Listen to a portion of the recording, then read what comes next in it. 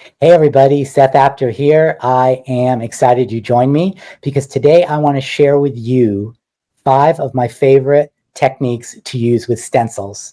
I love stencils and there are so many ways you can use them. Some of them, the most traditional way is exciting, but really when you start experimenting and going left instead of right, going right instead of left, zigging instead of zagging, zagging instead of zigging, that's when you begin to explore the potential of a stencil. And what I really like about this idea of finding some experimentation to use your products differently is that you just get more bang for your buck. And that's a good thing. So why just use a stencil one way when you can use it my favorite 5 ways, your favorite 5 ways, or 25 other ways? So some of these might be new to you. Some of them might be familiar and you might be reminded of something you haven't done in a while. And some of these might be, you do it all the time anyway. But take a chance on watching this and seeing these 5 techniques. And let's see what we create. We are going to go to technique number 1.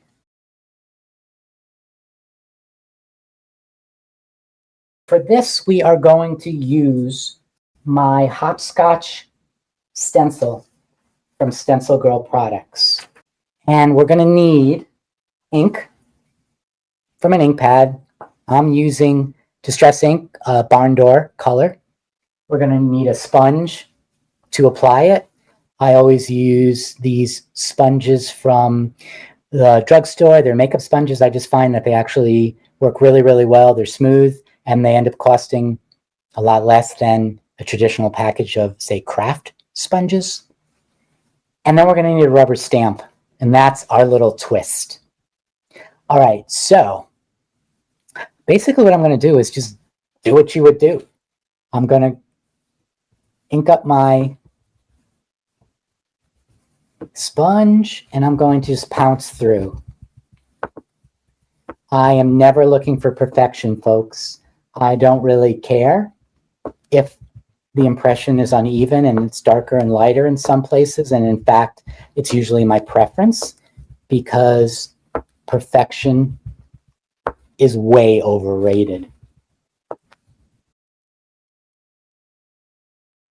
You may or may not realize that I have these 3 fingers right here. I am holding down the stencil because this is a little sticky. And if I weren't holding down the stencil, then sometimes when I press and pull up, I would be moving the stencil. And then I'm just going to lift and we have that. I really love the stencil. I love the drips and the irregular edges and a little bit of curve on the edges that you get here.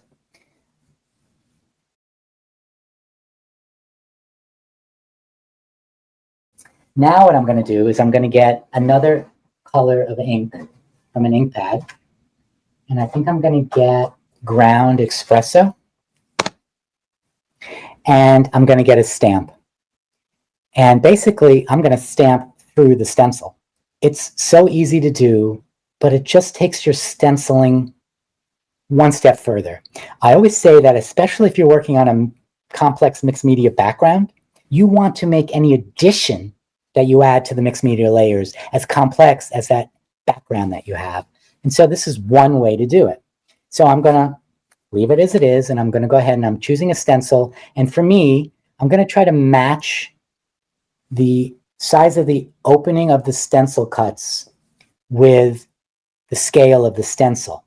So because these are relatively small, I am looking and I chose a stencil. I'm sorry, I chose a stamp that had relatively small detail. I'm just going to go ahead. I'm not going to mount the stamp because I want to be able to put some pressure to make sure it goes through the stencil holes. I'm going to keep my fingers here holding this down because this will absolutely lift the stencil. And I'm just going to ink the stencil and I'm going to begin to press it through the gaps. And you so don't need to be even with this, but you can be if you want to be. Still, I'm making sure I put enough pressure so that the stamp goes through even these small bits. And that's in particular why I do not put this on a block. And so let's cover that. When I lift this up, I get that. It is just a little addition. It's so simple. That took just a few minutes, and it brings your stenciling to a different level. And I'm going to use 2 different colors of ink again. I'm choosing fossilized amber and spice marmalade, and I need a sponge, and I need a stencil. I'm going right back to the stencil that I just used, Hopscotch, to show you another way to use it. Now, you're going to see this technique, and then you be the judge of what colors you choose and what color you start with and what color you end with. I typically start with the lighter color for my first layer, and then I go to the darker color for my second layer. I am starting with fossilized. All right.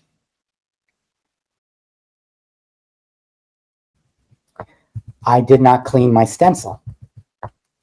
And because of that, I'm getting color mixing from the ink that was already on the stencil. Does that upset me? No. Does that make me happy? Yes. Why does that make me happy? Because it is these unexpected happenings that occur constantly in mixed media that allow you to create without thinking. It wasn't my plan, but it is my plan now. This looks a little bit more arty because it's got multiple colors in it. So that, again, was not my original plan, but because it pulled that, I already have some extra bang for my buck. I am going to place the stencil back over and line it up. I'm going to cap this, and I'm going to be ready with my second color ink, which is Spiced Marmalade.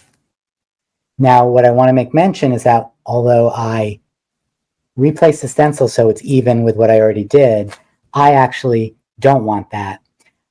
I want to do what I call the bump, which is not the dance, although that could be fun too. I want to do the bump to create a shadow and dimensional effect. So simply, I am going to move the stencil. I can move it in one direction. I can move it down. I can move it up. I can move it left. I can move it right. But I typically like to move it in 2 directions. And in doing so, I create a full-on dimensional shadow. So I'm going to move my stencil up. And you see that white space that's appearing, right? At the edge. The bigger the shadow, the more white space you're going to aim for. When you have a small element, like take a look at that right there. You can barely even see that that's an element. Right there, if I move it too much, it's not a shadow, it's going to be a whole nother circle. So when I have small elements, I can only move my stencil a little bit. If my elements are larger, like that one is larger, I could move it up a little, but I could also move it up a lot more. So I'm going to be aware of the scale when I make that decision of how far to move it. But I'm going to move it up, and I'm just going to do this intuitively, and I'm going to move it to the right. I'm going to move it up and to the right. And I'm going to get my other color, which is now Spice Marmalade.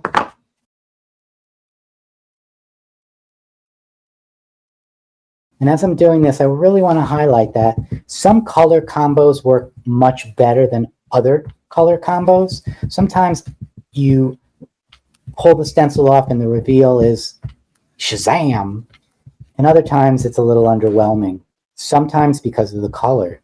So what I would suggest to you is that if you are working on a piece or in your journal or something that you really want to make work most effectively as possible, just test out the color combinations on a separate piece of paper.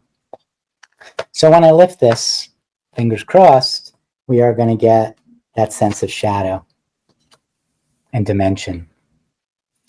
And let me show you up close. So you can see that it almost feels a little bit like it is moving a bit.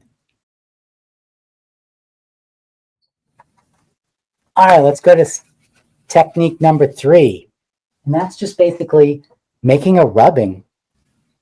All right, so I am using for this my Mishmash stencil from Stencil Girl Products. This one's 9x12, it's quite large. So it allows you to either work big or you can choose just a small segment to work on.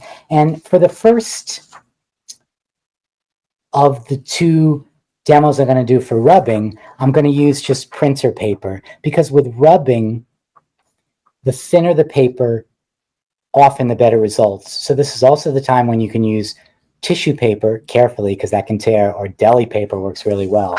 But printer paper is a miracle. So I'm going to place the stencil underneath.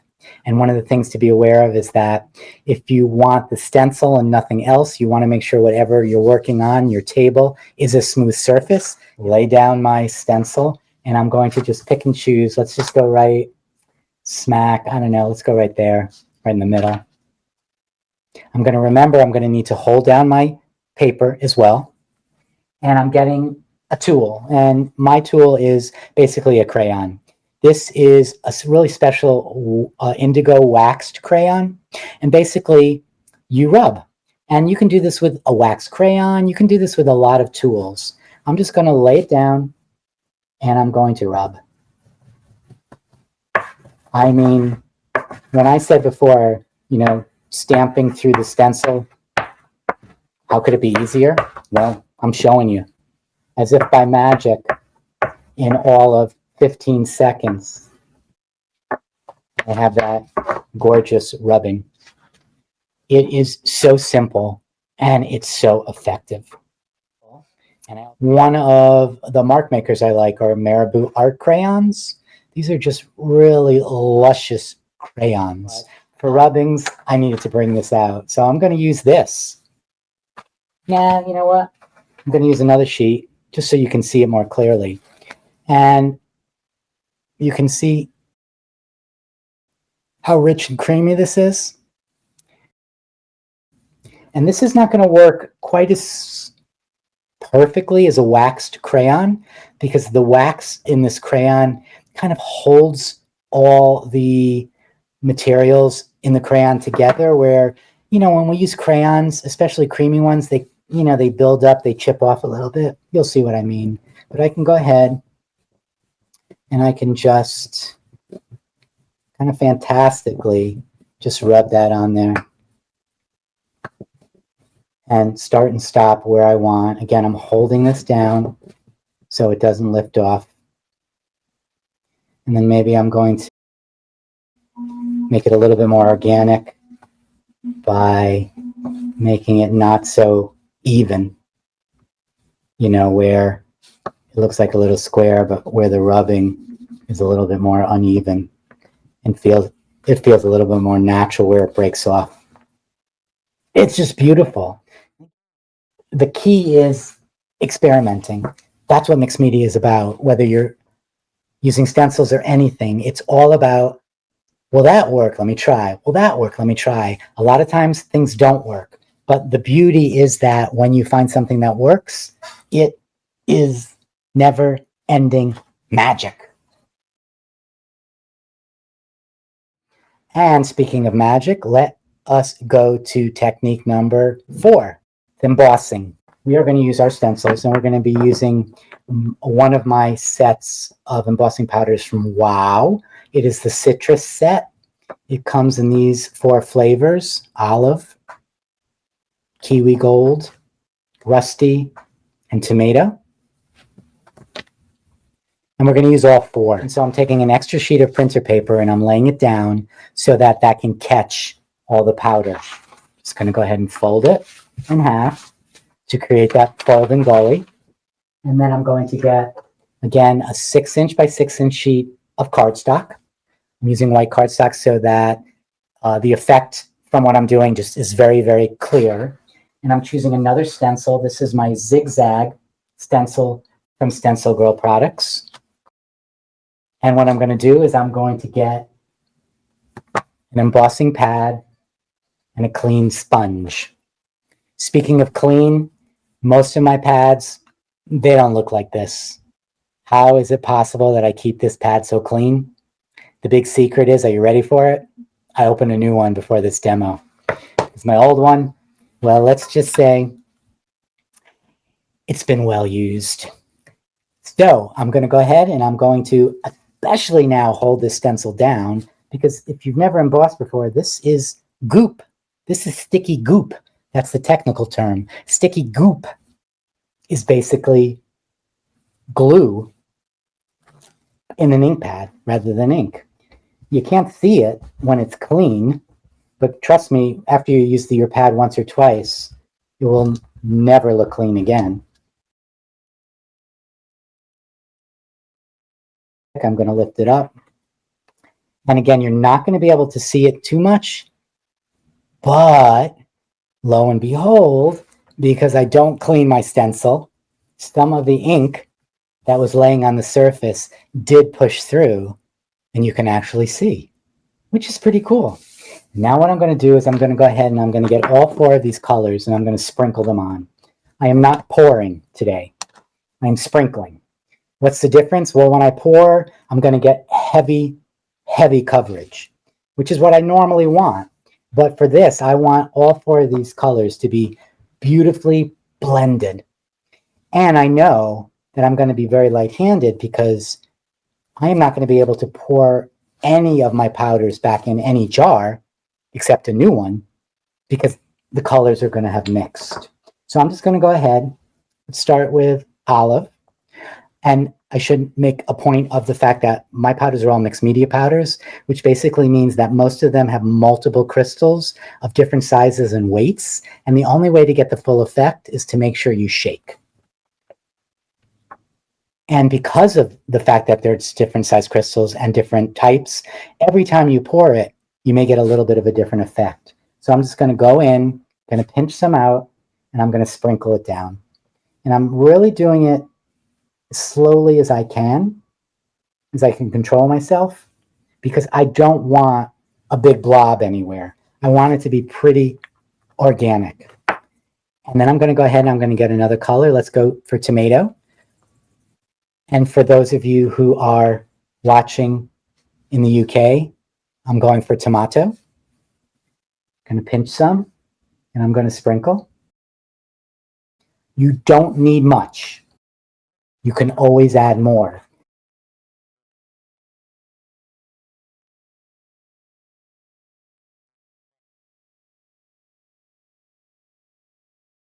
So it's all about building whatever you're creating slowly, layer by layer, bit by bit, adding more as needed.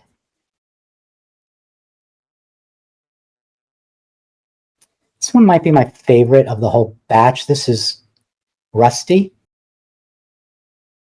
It's a new bottle. I've used the last one. And because it's new, there's not as much room to shake. And because there wasn't as much room to shake, I want you to notice that my first shake, most of those fine clear crystals were at the top, whereas I don't want only those. So if I need to, I might pour this out into a bowl, mix it there, and then take some. So I'm going to go ahead with the Rusty, and I'm going to sprinkle out some more. And then I'm going to sift and shake. And basically what that means is I'm just going to move this. And as I do that, as if by magic, those colors are going to adhere to wherever the embossing ink was. Now I'm getting out my heat tool, and I am just going to heat this. And we're going to see the magic that this stencil and this embossing powder created.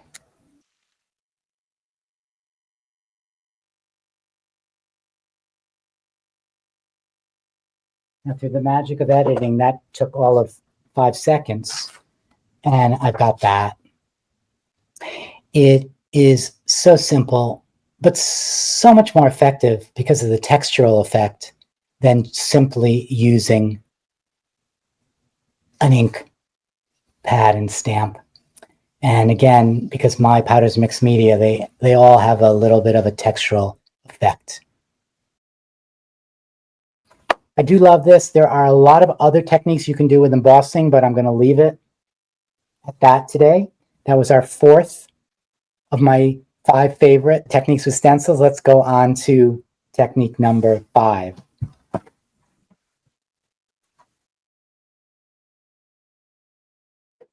Technique number 5 is going to be familiar to many of you if you watch me, because I use my dye sprays all the time for everything. I love them. I really do. I mean, I wouldn't put out a product if I didn't love it, but these dye sprays are from Aladdin or Aladdin, depending upon what country you're from. They're a French-based company. These are the iZinc line, which is their color line. And there are lots of colors. I pulled out for this demo 6 colors. There's cassis, sunflower, sea spray, honey, underwater, and pomegranate. These are all matte. I've chosen all the matte sprays. I just love a spray. I love a good spray. And we are going to go back and use my largest stencil of the group I'm using today. This one's Mishmash, and we're laying it on. This is heavy weight watercolor paper. I chose that for 2 reasons. One, because it's the only sheets I have that are large enough to take this whole stencil. And secondly, because I'm using the wet spray. Anytime you wet anything fibrous like paper, it will curl. And so this will keep it from curling because of the heavy weight. Plus, I'm thinking that I'm going to use this as the basis for a new piece of art. So I wanted it to be sturdy. And basically what I'm going to do is I'm just going to spritz. I'm going to spritz different colors. The closer I spray my sprays, the more floody mixed media they are. The higher I hold them, the more soft they come down, and you get that soft spray. So I'm just going to go ahead. I'm going to start with sea spray, and I'm going to hold it, I don't know, about a foot above. I'm just going to spritz and let the spray come down. Then I'm going to move any of the colors I'm choosing. Cassis. Let's just go there and do some spraying there in different spots. I'm spraying over what I sprayed, and I'm also spraying in areas where there wasn't any spray, kind of, because these sprays have a mind of their own. I'm going to go with pomegranate, which is sort of a fancy way to say red. That combo is going to make this look a little purplish.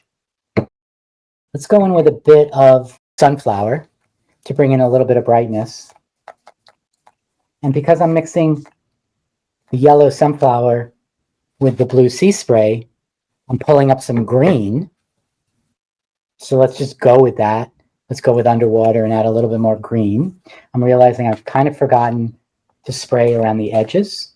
I sometimes overwork the middle and underwork the edges.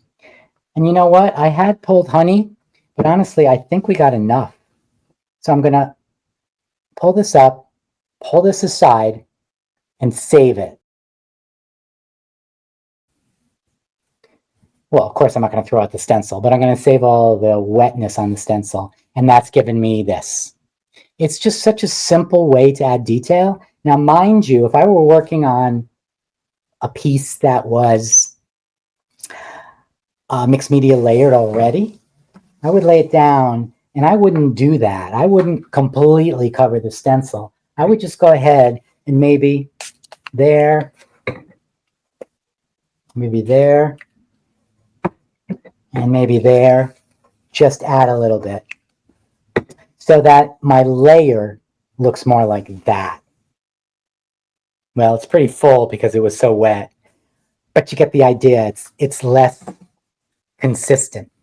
Now, part B of this is I have a second sheet of heavyweight watercolor paper cut to the same size, and I am going to take this element right here, my stencil, and I'm going to take the wet side and I'm going to place it down over the watercolor paper. I'm going to get the positive of the stencil on this sheet and the negative stencil on this sheet.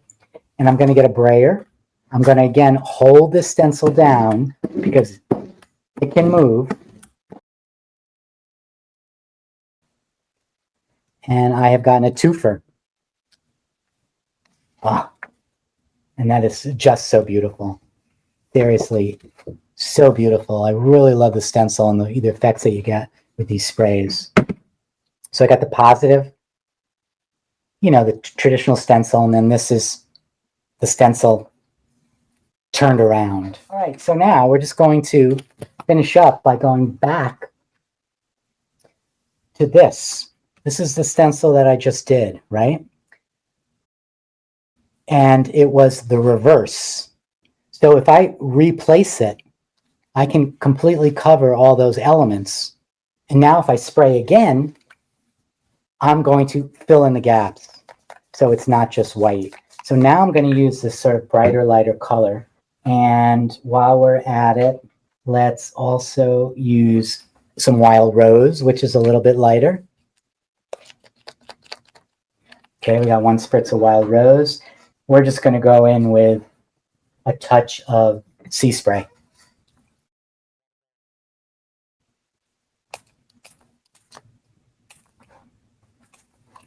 And so when I lift up, I've added color to that background and begun to bring in some really lovely layers. I love that sea spray. I love how that sea spray looks there. So noting that, I'm going to go and replace it one more time. And I'm going to hit the sea spray up in some other sections as well.